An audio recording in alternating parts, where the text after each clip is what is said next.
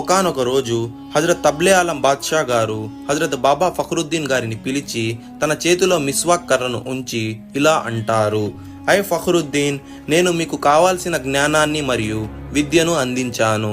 ఇకపై మీరు తిరుచిరాపల్లిని విడిచి మానవాళికి ఇస్లాంను బోధించే సమయం వచ్చింది.